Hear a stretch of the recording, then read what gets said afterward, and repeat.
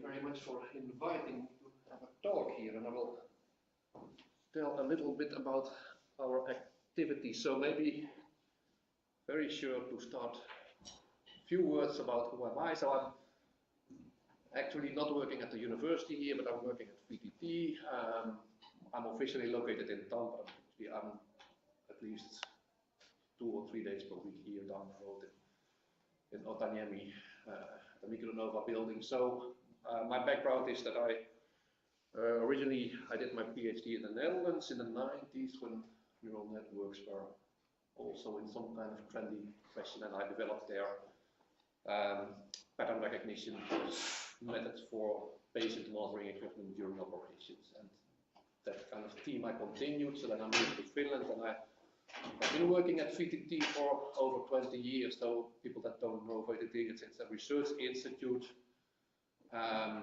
We are, let's say, get 30% funding from the Finnish government, and our mission is to support Finnish industry by developing research and development tools and advancing their position in general. So the work that we do is typically more applied than what a university is doing. Of course, we don't do education, but for the most part, we cooperate a lot with universities in bigger projects. And I've had various roles, but always the theme has been the ICT data analysis in healthcare applications. And I've been, for example, coordinator of 2 European projects that I will tell a bit about today. And then actually I also have a docent position here at Aalto University, where I teach the biomedical signal processing course every year. All kinds of activities as reviewing for journals and European draft proposals and that kind of stuff.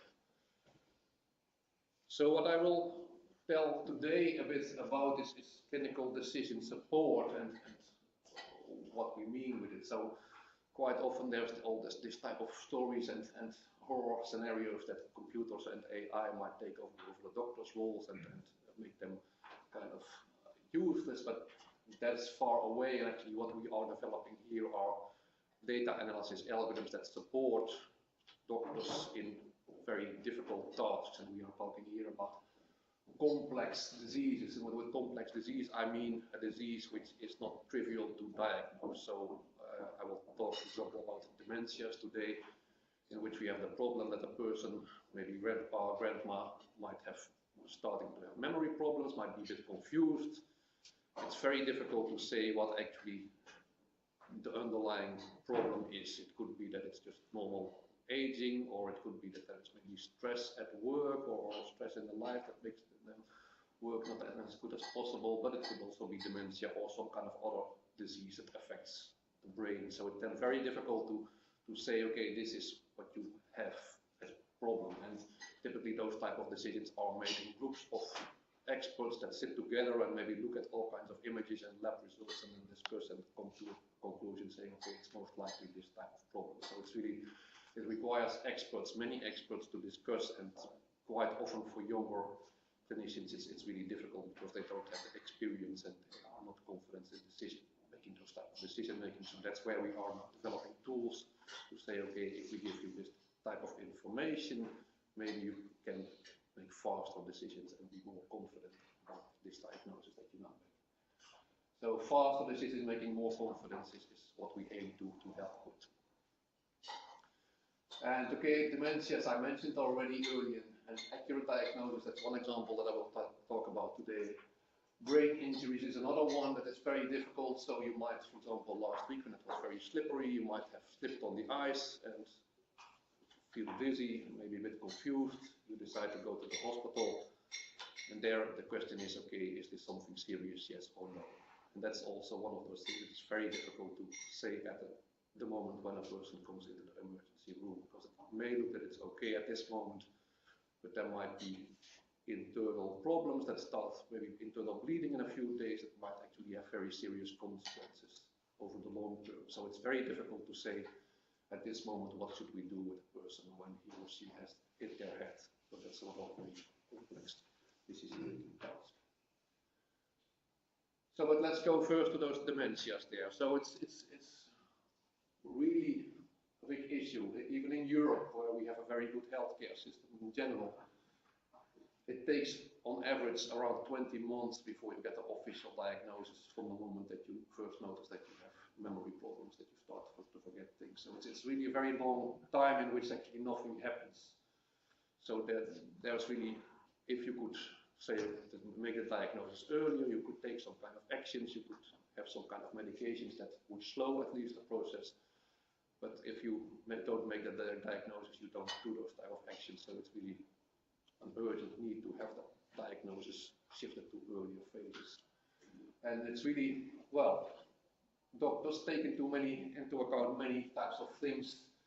What is the background of the patient? How old is he or she? Does he have other diseases? What kind of diseases have similar symptoms? And then try to make some kind of choice. And it's really a very complex issue that quite often involves subjective components. Doctors might use their experience from the past and say, okay, this is the most likely because I've seen this type of person earlier, which is then not a very objective thing. It's because people are experts, that's what they do then very efficiently. So our aim now is to say, okay, can we provide objective tools, data analysis tools that might make a decision making objective and more efficient. And of course we can do that. We have a very big toolbox of machine learning algorithms and things that we could try. But there are certain requirements that we need to fulfill in order to say this is going to be accepted in clinical practice. It's not that we just can pick any tool and just run it and say, expect that clinicians will use it in the hospital on an everyday basis. There are certain things that we need to think about. So one thing is it doesn't really work if we just say this person has a disease, yes or no. If we classify into Alzheimer's, say this person has Alzheimer's without giving any further information about probabilities or how confident that we are. It should be easy to use for non-technical users. So we have nurses, we have doctors who are not data scientists and are not used to looking into at very high dimensional features and that kind of stuff. So easy visualization, black box type of things, I will come back to that later, but it's also partly something that we really cannot use because it needs to be understandable. If we make a diagnosis, there needs to be some kind of motivation about why we make a diagnosis.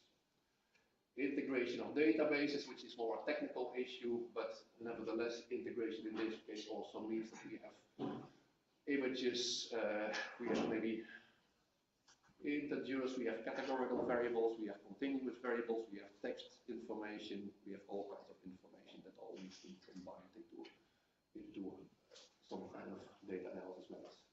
Personalization, it's nice to work with averages and standard deviations about distributions, but you want to know what this person actually has as problems. Typically we would like to work with complete data vectors as we all like to do, but in our case we have quite often missing data because the hospital is not maybe able to measure a very expensive magnetic scan, so there are resources not available or devices are not working as they should. So quite often we have lots of missing data in our data analysis approaches. And then the usability, it needs to be something that is easy to use on the outside, which is again perhaps not a machine learning algorithm property, but it's more on how you implement it and how it can run in practice. So here we are, I'm showing what I'm showing is now a research version of a prototype that we have developed in a series of 3 consecutive review projects together. So the first one was really very basic one. This is an intermediate prototype and actually it's nowadays on the market by a company called Diagnostics that is actually selling it. And it contains different components. On the one hand, it does quite a lot of image analysis. So the point is that if you want to diagnose dementia, then images of the brain are of course a key issue. So there are things like the hippocampus that we know that decrease in volume over time if a disease is coming there, or we know that there are certain so-called white matter concentrations increasing for another type of dementia. So lots of image processing. Can we quantify the cortex? Can we quantify different organs there over time and see how they decrease? So that's really an image analysis task. And then the second component I would say is, okay, images is one thing, but we have our interviews, we have our plot markers, we have maybe memory test results, ask people whether they can remember 3 or 4 or 5 different words in a sequence. So those are also observations. So these are, you cannot really see it here, but there are many different input variables here, and we will then try to combine them with the image data and with some kind of classification. I'm not going to go much into detail about the image analysis here today, but there's lots of things that we do there. So we, as I said, we would like to find out the volumes of certain organs in the brain that we know that are decreasing if you have Alzheimer's disease. We would like to detect certain concentrations of white matter or gray matter in the brain, or we want to detect how the brain size decreases over time. And we have all kinds of nice tools there. We have our traditional tools that we developed, knowing what the hippocampus, for example, looks like in a three-dimensional shape and try to fit that shape to the images that we measure. But we have also, let's say, straightforward CNNs, UNets that are detecting shapes to try to do that type of things automatically without looking at what the physiological shapes are in general. And then, okay, images are one thing, but we have lots of different variables, and the idea is that, okay, if you have now measured here that volume of that hippocampus or organ, what does it mean? Does it tell me anything whether this person has now Alzheimer's, yes or no? And for that we have now developed a rather straightforward tool. This is normally animation, but since this is now a PDF, it doesn't really move. But what we do here is we collect lots of data. So the big databases are the key of the whole algorithm in this case.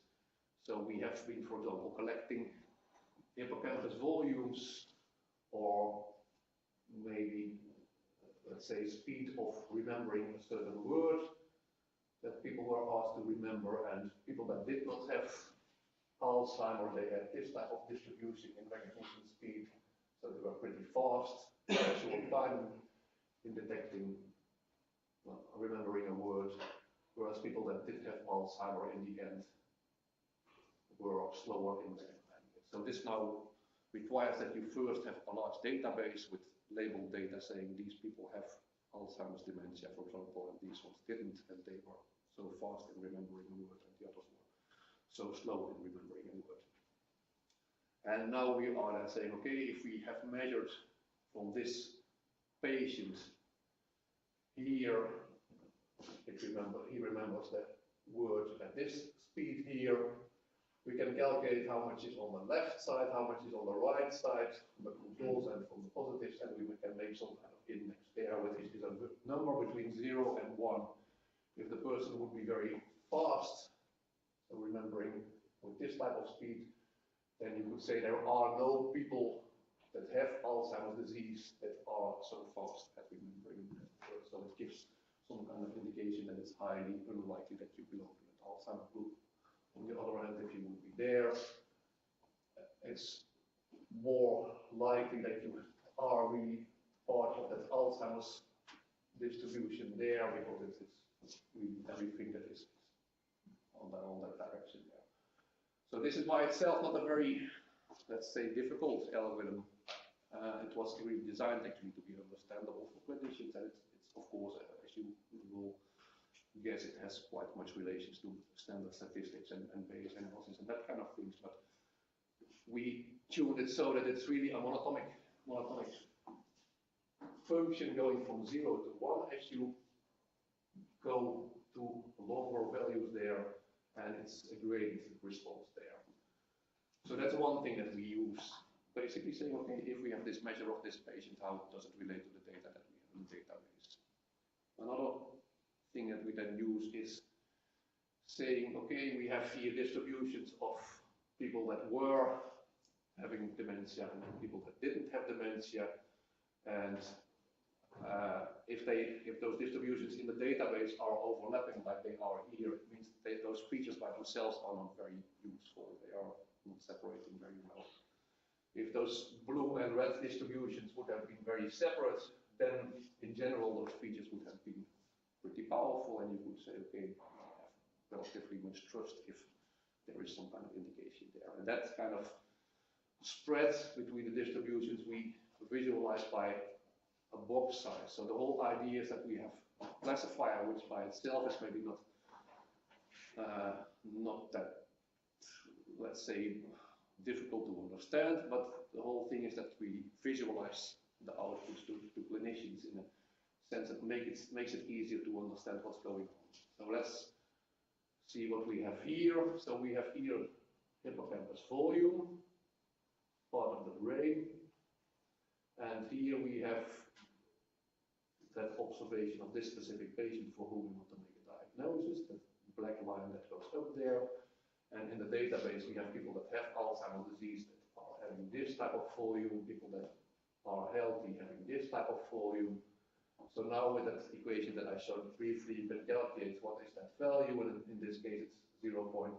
If it would be 1, you would be fairly sure that it's really Alzheimer's. If it would be 0, it would be strongly indicating that there's nothing going on, that the person would be healthy. So that's one thing that we use there, and at the same time we look at how far those distributions are in the database. If they are separated very far, then we make this box visualization very big. If they are overlapping completely, then we make that box visualization very small and say, okay, this is not such a powerful feature in general to separate. So what you then have here is all kinds of variables. You can not read them, but they are here. Memory tests, for example, imaging features, MRI, magnetic scan features, PET scan, other imaging type of modality, molecular tests, genetic tests, and background information. So what you see here, the color red indicates is basically correlating directly with going from 0 to 1. So 0 meaning blue, and 1 is dark red, and if it's white, it's 0.5. So it gives some kind of indication that this patient might be more towards the Alzheimer direction, and you could see that certain variables with big boxes are more important. And this whole thing is in practice implemented that is interactive, and you can click on those things. So first you see kind of compressed tree, and if you then are interested, you can expand it and go into details, saying, okay, this thing now says that the person has Alzheimer's, but why does it say that? Which are the variables that concentrate most or contribute most to this type of conclusion there. So this is, on the one hand, it's a classifier, but I would say the visualization thing is what the doctors actually really appreciate most, because they can easily understand what kind of features are contributing to this type of suggested diagnosis. So in practice, what we do is we have our images and we combine it with all kinds of other data in that tree, and we make some kind of visualization and classification as well. And of course, we have been comparing it to all kinds of other things. Classification-wise, it works pretty similar to support factor machines or Bayes or random forest or all kinds of things that we have available. So that's perhaps not the main discerning thing here, but what we have here, that is the disease state index hunt, is different from those other types of classifier, is that it gives a graded response. So here we trained data with people that have either no problems, so healthy, or full dementia, and we tested them with people that have healthy, no problems, or dementia, but also people that have intermediate phase, so-called stable mild cognitive impairment and progressive mild cognitive impairment, which you could say are kind of intermediate phase of dementia. It's not fully demented yet, but still on their way. So in all reasonability, you would expect that if you train a classifier with those and those guys, people that are in between, you would hope that they also are having some kind of index that is between 0 and 1, and that's what you see here. So a logistic regression or a support factor machine, they are really trained to push it more towards either 0 or towards 1, and you can see that in the distributions of the outputs there. So this is really very much designed to help give graded outputs to the clinicians. Yes? I have a question. So how did you choose which methods you will use for classification? Did you have some logic, or you just tried many and see what worked? Yeah, well, let's say we tried in this case to compare it to the most common ones, the state of the art types of things that were. So most common? Yeah, well, most common I would say. So okay, you don't see the random forest here, but it's clear. Well, the ones that are used, or when the paper was written a few years ago, the ones that were used at that moment are most common. kind of ones that you would expect. Of course, you can always fine-tune and optimize. And surely you might win a few percentage points there, but I think that's not the main point here. The main point is to have both the visualization and a reasonable classification there. Yes.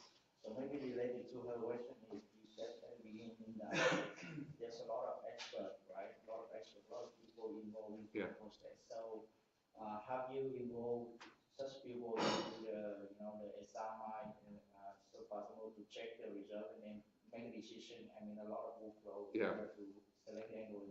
Yeah. So what we did actually, so I said that we have 2 European projects. So the first 2, or 3 actually. So the first 2 actually we used to develop the whole thing, and we had retrospective databases available to which we could train and test on that. But from the very beginning, so this whole project was set up with clinicians who said, okay, we have this problem and we need your help. And we had 4 hospitals involved. So we have here Kuopio in Finland, and then we have Copenhagen, and we have Amsterdam, Perugia in Italy. And of course, they all have their own ways of interpreting data, their own equipment, and own process of doing it. So what we did in the final project was really running this on new data. So we had the tool and basically asked them to say, okay, now you make your classification as you normally do without using this tool, and then after that, after waiting for a month or more so that they would forget the case and not really remember all the data, then you say, okay, can you do it now again with that tool and see is there any difference in the classification. So we have been using extensively different clinicians and see what is really the benefit there.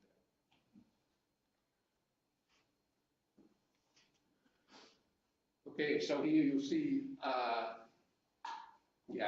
different visualizations of what happens if people have mild memory problems, so not full dementia, but there is a chance that they might develop dementia, yes or no, and that's actually very important to know. So we have here from a long study, so over 6 years in total, we have people, all of them had at the beginning memory problems, so they won't remember everything correctly, but it clearly was not dementia yet. And then the question is, can you figure out from those 4 who of them are kind of stable and just normal aging, and who of them is basically going to full dementia? And this you can see, okay, this person, for example, didn't convert to full dementia. This one neither. This one after 3 years got dementia. This one got after 2 years dementia. And you can see that at the beginning, those visualizations, the blue ones indicate that there is nothing wrong, and there is probably also not a risk that this person might develop to dementia. This one actually did develop to dementia, and we could find it at the very beginning. Of course, these are the more interesting cases where there is really kind of conflicting types of things, and you really would like to study it more to see what is going on. But this is a general idea. A blue tree indicates that there is nothing to worry about. A red one clearly indicates that there are problems, and the ones that are more tricky have probably things pointing in different directions. Then we spent quite a lot of time on not really predicting early as possible, but separating between different forms of dementia. So Alzheimer's is perhaps the best known form of dementia, and it's around 70% of the cases, but there are many forms of dementia that have all very similar symptoms, but have different types of problems in the brain and would need to act in a different way. So it's important to know whether this is Alzheimer's, yes or no. So here you have a kind of multiple class specifier that separates between frontal dementia and vascular dementia and Lewy body dementia, and makes different classifications. It's tricky to show here without interactive things, but nevertheless, it really helped the clinicians in separating between those different types of diseases that are very similar. Then just to show that it really can be applied in different types of settings. Traumatic brain injury, so what I just mentioned, if you last week would have the bad luck to slip on the road and hit your head, or worse, you might be in a car accident, then you have a so-called traumatic brain injury if your head is hurt, and it's really actually one of those problems that is affected not in the elderly so much, but typically in the younger population.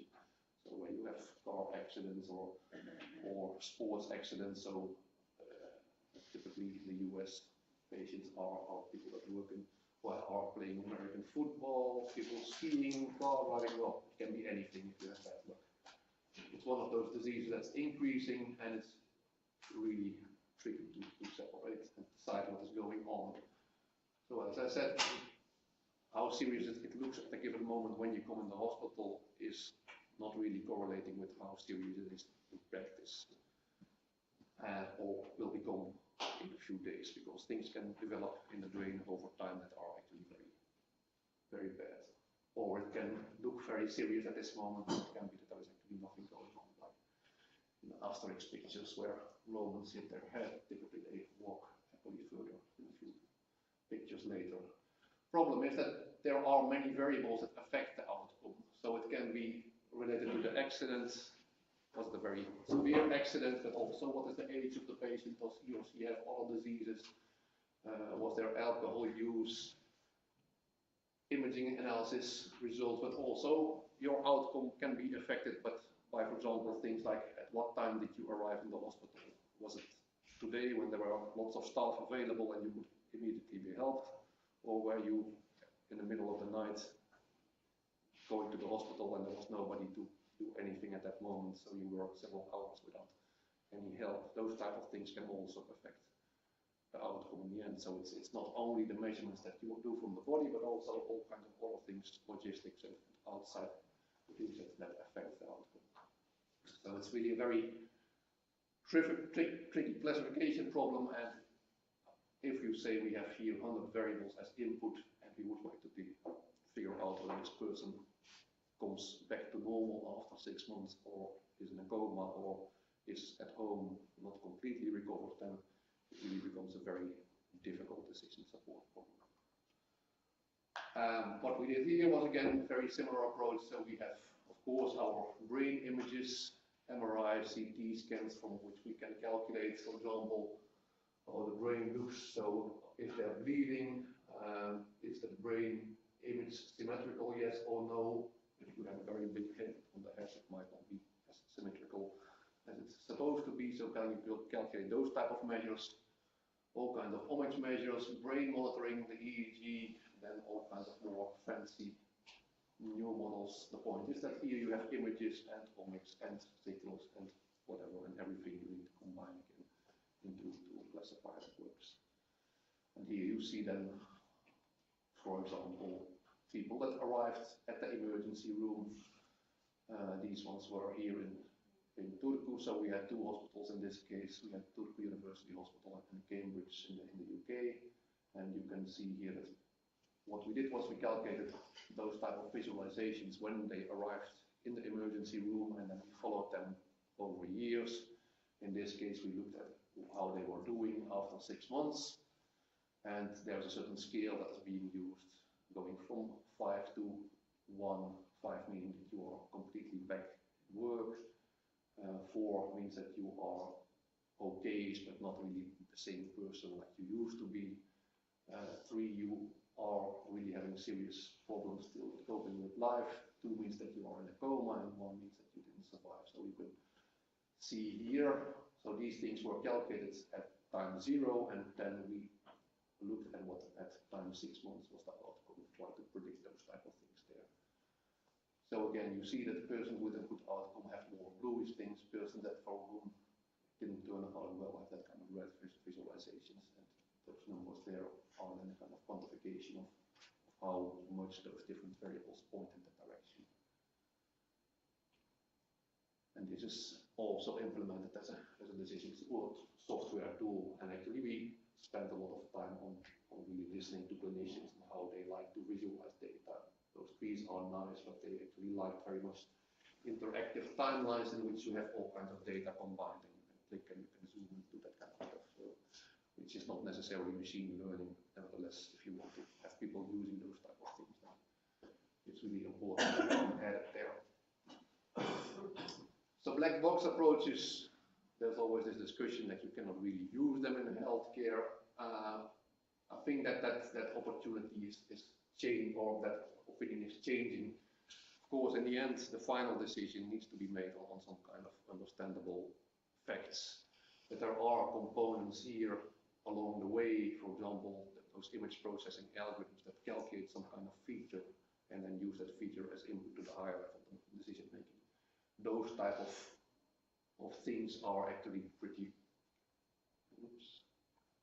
much accepted to be used in black box approaches. So this is part of that image analysis pipeline that we have, in which we calculate the sizes of so-called white matter hyperintensities in the brain that are kind of telltale for certain dementia, vascular dementia. So if you have those type of things, that's an indication that you have that kind of branch of dementia more broadly. And this is done with a kind of black box approaches, and if it works, then clinicians will accept that kind of thing as part of the decision chain. But of course, the higher level decision making is then another question. So visualization, as I said, we spend a lot of time on that, perhaps more than purely the classification performance, and that really is some kind of iterative project with doctors and sitting around the table and showing mock-ups on paper and see what they like and what they don't like and what is too difficult and what is not possible. So it's very difficult to sell to a doctor a TSNE or some kind of even a self-organizing matrix is rather difficult to use in clinical practice, even if it's easy for us to understand. So what they very much prefer is seeing raw data if possible. Those fingerprint trees that I showed are nice, but they really always want to have on some screen somewhere an indication of what is in a database, who are the cases, what kind of distributions do they have. So those type of things we really needed to add. We originally had this type of visualization only, but they really insist on having access to the raw data, whether it be images or EEG timelines or raw distributions of features. So that's a very important thing there to remember. Then some things along the way that I've been learning over the past 10 to 20 years is that it's getting data in healthcare applications, as you might know, at least some of you might know, it's really expensive and a long-term process, and collecting data, especially if you are talking about rare diseases, it really takes a long time to collect enough example cases for you to make some kind of classifier. So for example, that vascular dementia thing that I just mentioned, we had a European project in which we were collecting for 2 years. We had a lot of Alzheimer cases, and we had in the end 4 vascular dementia cases. So it's then very difficult to say, okay, I have 200 cases of Alzheimer and 4 of vascular dementia. How to make a good classifier there and how to make it something that is generalizable to the general situation. So there it's really essential that you work with other hospitals in the world who have maybe other databases that you could combine and then see what you could do with these. Practical things, privacy issue, security, formats that are different types of equipment. If we have a Philips scanner and a GE Healthcare scanner and a Siemens scanner, and they have different physical properties, the image that comes out of them might be different. You need to do harmonization, otherwise you will start classifying by brand of scanner instead of classifying by disease, for example. So that's not a good idea. Culture, healthcare system is really very conservative. So it's really it takes a long time. You cannot just say, hey, I have developed this algorithm, you need to use it. It really requires, in the very beginning, on discussions with doctors, see what their problem is, and things go very, very, very slow. You need to validate and revalidate. But in the end, it's worth it, but it's really good to be prepared, that you cannot just say, okay, I have this thing which classifies with 99% accuracy, you must use it, take it in the hospital, because people just won't accept that. You need to explain why it's useful and what it doesn't. So there's lots of discussions and work going on by just explaining and explaining again and testing it on all types of things. So those are main things. Then, well, of course, there are all kinds of let's say, more technical questions. If we now classify, for example, I did classify, say, Alzheimer versus non-Alzheimer, but sometimes we just don't have the right answer. Actually, knowing whether it's Alzheimer, yes or no, that definitive answer only is available when the person has died and we could open the brain and do some pathological research. Until then, we don't have actually the actual label available saying this is the true we need to work with right answers that are not entirely sure. And inherently to the situation, we have experts that have different opinions. Saying, to my opinion, this is Alzheimer, and to another person's opinion, it may be vascular dementia. So who is right in that case? And typically it's solved by having them sit together and discussing for several hours and then come to some kind of compromise. But still, there is always this type of insecurity. Then on a higher level, of course, what do we want to classify? It's nice to say this person has dementia, yes or no, but we actually have been working more on trying to measure the confidence on how people make decisions. So asking clinicians, how confident are you of this diagnosis? Are you 100% confident, or are you kind of 50-50, or you don't know at all? And the idea is then, if we provide this type of data, does that confidence in this decision making improve? That's actually the measure that we have been using most of the time here. But you could think of other types of measures to optimize. Faster diagnosis. Can you improve the quality of life? So maybe you can say, okay, we follow the patient over 5 years and see what is the quality of life, and that's our training target, which is then getting, of course, very high level stuff. Financial costs. How much does a magnetic scanner cost? So you can say, okay, this is a very precise feature, but it cost me 400 euros to obtain. Can I maybe use some kind of memory test that I can do within 5 minutes, and it doesn't cost very much? Maybe the classification process might not be as good, but it might be much cheaper. So those types of trade-offs actually are very interesting. So if we go to those higher levels type of things, then, well, future might be reinforcement learning, but there's of course many things to be done there before we can do that. And then what I would say is really where we are working now in the future years are on our mixed diseases. So when we have two diseases at the same time, so-called comorbidities. So we people that are over 70 years of age, the large majority has two diseases at the same time. So we have diabetes and a heart disease, or asthma or COPD and diabetes, or dementia and high blood pressure, all type of things. And then things start to influence each other. You don't have very clean classes anymore, saying this is separated into that and this is separated into that. You have mixed cases, and how do you deal with that? So even in the dementia case, we here had Alzheimer's dementia, and we had vascular dementia, and then we had mixed cases where people had both those dementias at the same time. How do you work with that? It gets very tricky to make classifiers. And there we had really discussions, those 3 cases here that are labeled with or something, Kuopio hospital cases. There was really very much discussion and looking at the classifier's results and looking at that tree, in which clinicians changed their mind, saying, okay, I thought this was a vascular dementia case, but actually now this visualization is there, it might actually be a mixed case as well. So there is the value that we then bring in those visualization type of things. And then finally, one thing to keep in mind, we are of course now looking very much at data-driven things, or phenomenological modeling, as we sometimes call it, in which we say we have data, we have observations, and we look at correlations and separations and clusters, purely looking at the data. But we shouldn't forget that there are lots of colleagues doing things that try to understand how the system works, how the physiology works, how the blood circulation works, and try to gain knowledge from that kind of, let's say, first principles and really biomedical modeling approaches. Both of them are really necessary. So we just shouldn't take that kind of approach, saying we have a database and that's all we need to make good predictions. We really should feed back and use the knowledge that we have also regarding physiological principles and understanding how the body works. So this is really an EU project in which we really have different universities working together and interacting and putting things together in one application there. But this is just a slide just to show that it's machine learning, data-driven approaches are one way to do it, but we should really take into account that there's lots of things to combine and knowledge to gain from the work as well.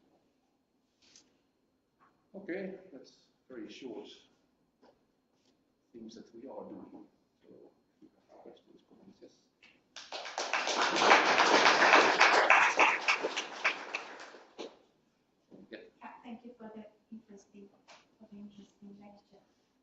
clinician. Mhm. Yeah. And I would be interested, do you think that by machine learning in the future it would be possible to detect changes in the brain in an earlier stage than a radiologist for the moment being is able to see? As you mentioned in the dementias, we often as clinicians have those see and wait strategies. So we have a complex set of symptoms and maybe even neuropsychological tests, but the etiology of the disease is not yet exactly. Yeah. And after 2 years, for example, when you take the MRI, you see, for example, that there is a hippocampus enlargement. Yeah. Do you think that by machine learning and by getting the data, it would be possible to make this this decision in a very early stage? Because as you mentioned, for costs and also for the life quality, it's most important to start the right medication at a very early stage. And we know that, for example, in Alzheimer's, there might be 10 years before the breakout of the disease, already some changes in brain. Yeah, so that's exactly what we are aiming in this Alzheimer's case, to go to earlier phases. So, well, I'm pretty sure that you know that Jack biomarker type of selection of different biomarkers that are relevant at different phases of the disease. So MRI is actually pretty late, and memory tests are even later. So I've been showing that we have been using also PET scans and amyloid beta markers and those type of things there as well to see if they can be used earlier. And there are clearly indications that you might be earlier than purely MRI type of thing. So that's, well, I'm happy to send some references if you are interested, but that's the aim of it. And actually what we are at this moment expanding to it is going even further outside the hospital, so doing memory tests, for example, playing games, memory games in a web browser at home, and then see how people do that and follow it over the years. And if you can see some kind of decline at a given moment, you might say, okay, hey, it might be time to move to a more formal check. So there we are kind of stratifying people to say, okay, this group might be at risk and you might want to do some other types of things. So there we are working towards this. Yeah. How much you use industry knowledge and how much you use data analytics itself? Because I mean, I'm asking because, let's say from my experience, there should be data analyst who knows the data and who knows how to deal with that, and there should be someone who knows industry, who has knowledge how it goes. And they should write in pair. Yeah. Yes. So all those projects that we have had here, they had technical partners and they had at least 3 or 4 clinical partners that were always discussing and saying, okay, does this make sense? Does it not make sense? So, for example, here this Alzheimer's vascular dementia type of thing, it raised a lot of discussions, and actually the whole motivation of why this is interesting is brought forward by end users, by the clinicians. So the industry, of course, they make the devices and they are in the end using it, but the clinicians in this case are the ones that are saying we have the knowledge and we might know. For example, sometimes in the very beginning it might very well be that this type of data analysis tool visualization actually shows something, and a clinician might be completely confused, saying, okay, so sometimes it gave the output saying that I don't know, smoking is more important than an MRI scan, or smoking yes or no, or alcohol use, or some kind of memory test is deemed by the algorithm to be more important than some kind of MRI scan, when a clinician knows from experience that that cannot be the case. So then we start looking into the thing and see, okay, what's going wrong, is there a mistake? So that it's always validated by people that know. It's very important. Yeah. That's a question. How do you deal with the challenging problem of the causality and then unobserved co-founders? You mentioned that you have 100 variables or something like that, but there must be some that you cannot never observe, and there's going to be some causality problems. So you don't deal with That's I would say they are not explicitly removed there. No, there's no explicit step to say, okay, these are confounders and they are correlating with each other. It's easy to do, of course, if you have some kind of offline statistic methods and say, okay, these ones are, and of course you can combine. So one thing that you could actually can do here interactively, if I would have the software there, is you can remove saying, okay, how does this look if I would have the scenario where I don't have MRI or where I don't have CSF fluids also, and see what happens there. But this method here doesn't explicitly look into that kind of things. Yeah, so I have two questions. First one, when you showed the case for Alzheimer's disease, it was clearly like binary classified, that you either have it or you don't. In general, would you say that most of the diseases are that type, that you either have it or you don't, or would you have to take into account sort of like the middle ground, that's like a sort of continuous thing more than a discrete?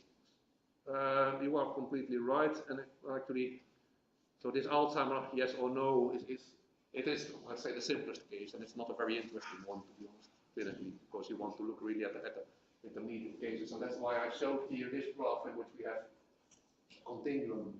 So we have healthy people, we have people with full-fledged Alzheimer, and indeed, if you classify like that, you get this type of binary output. But in this case, we actually had in the test group people that were intermediate, so they had mild cognitive impairment, as we call it, which means that you have memory problems, but it's not really full dementia yet. So those type of things are then in between, and you would hope that the classifier, since it's supposed to be giving us some kind of continuous output between 0 and 1, also gives some kind of rated values there, which is in this case what it does. All right. And the second question, if the sort of decision-making tools would become better in the future, and eventually they could also make like sort of hints or decisions on what should be made next, would you say that if the tools would perform better than the actual clinicians or the doctors in making decisions, so that eventually would it be that they would no longer be only supporting tools, but they would actually make the decision themselves? Yeah, that's a very hot topic for discussion, of course, and to see how far you can go. For the moment, I think it's a question, well, one big question is of responsibility. If you make a wrong decision, who has the responsibility of the wrong classification, so to say? You cannot say it's the computer's fault that things went wrong. So there's always some kind of human who would need in the end to take the responsibility, saying, okay, this is the final diagnosis that I stand behind. I think if you look at the scheme, so more and more of those lower level things will certainly get automated, and in that sense, it's the AI approaches is more like making better tools that can well, quite often I've been using the type of phrasing, and AI gives doctors more time to do actual doctor things instead of filling in forms and doing all kinds of bureaucracy type of things. So it's really, you say, okay, the human gets to do the thing that he or she is a specialist in, that are really difficult things. But how far that level goes, well, I guess nobody knows at this moment. But yeah. But I would say in the end, there's always this question about who takes the responsibility of the decision. Yes. So now I know that personalised medicine is becoming more popular, and I haven't fully understood it, but it seems to me like we're still using this kind of old-fashioned method that doctors use, where everyone's just a patient, and you have a kind of system, and you just push people through the system, but you don't consider like something about the personal genetics or age, or so do you condition on? Actually, yeah, I would be happy to spend another lecture on that, how we do that, but it's yeah. So what we do in practice is that I just show those databases and distributions, but we say, okay, we look at your measures and we know your age, we know whether you have disease, we know whether your genetic profile, we select from the database those people that are similar to you. So in that sense. So this is we are really, in the end. That's what we are selecting the smaller group to actually work with those other people like you. Yeah. How far does that go? Well, it depends on how much data that you have. If you end up with a very small group of only a few similar patients, then you cannot really. So it's a kind of trade-off in how much you can specialize. Okay, so rare diseases. Yeah, and you get only a few patients there, or if you have somebody of a certain age. If you have somebody with dementia profile and he is 45 years old, then that's quite rare. Okay, I guess we need to stop here, but I hope Mark will be available sometime for offline discussion. Thank you everyone, let's thank